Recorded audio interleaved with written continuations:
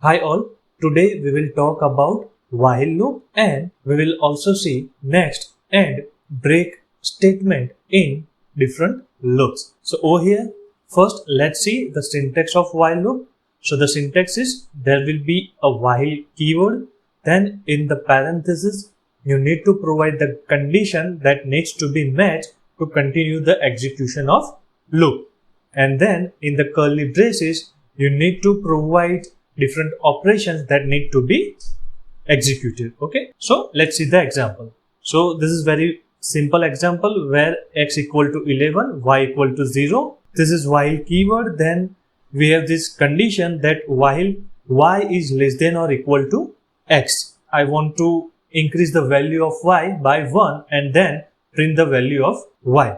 Then over here we are using the same while loop that we have seen, but over here we have incorporated break statement. So what we are saying over here, that as soon as y's value becomes 5, break the while loop. Okay, so over here you can see that it has increased the value of y till 5, but as soon as y's value become 5, it has break the statement.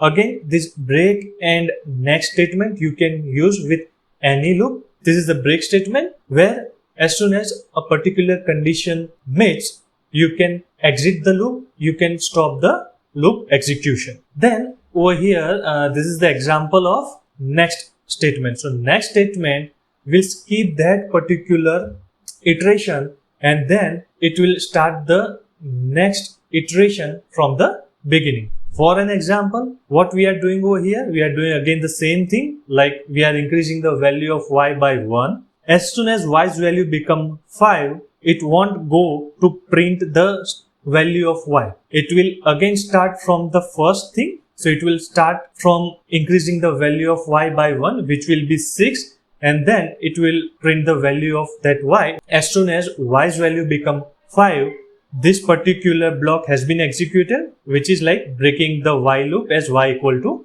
5. So as it is the next keyword over here, it won't go further down and print the value of y, which is 5. Due to this next statement, the iteration will start from the top again. So over here, earlier we have value of y equal to 5. This time it will add one more in it. So the value of y will be 6 now. And then it will print the values moving forward. Over here in next statement, always make sure that where you are putting particular conditions. For an example, if I would have put this y equal to y plus 1 below this if else statement, in that case my while loop will run infinite times.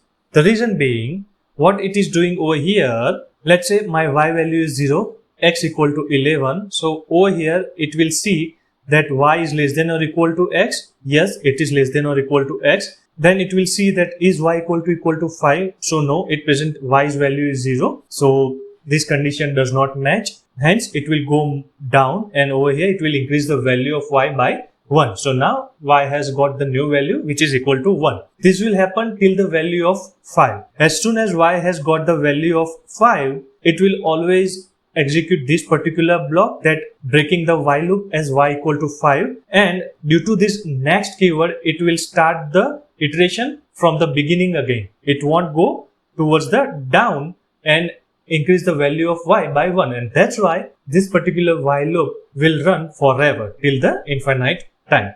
This is again a normal example in which we have included if else condition. So over here we have taken x in the range of 1 to 10. Then we have taken a random variable I which has default value 0, and over here we are checking that till i's value is less than length of x, which is in this case 10, increase the value of I by 1, then check that x ith element. So it will be first 2, 3, 4, 5. So x ith element, if that particular element is divisible by 2, it will have remainder as 0. So print that that particular element is an even number, and if it is not the case, then print that that particular element is an odd number. That's it for the day. Thank you for watching this video.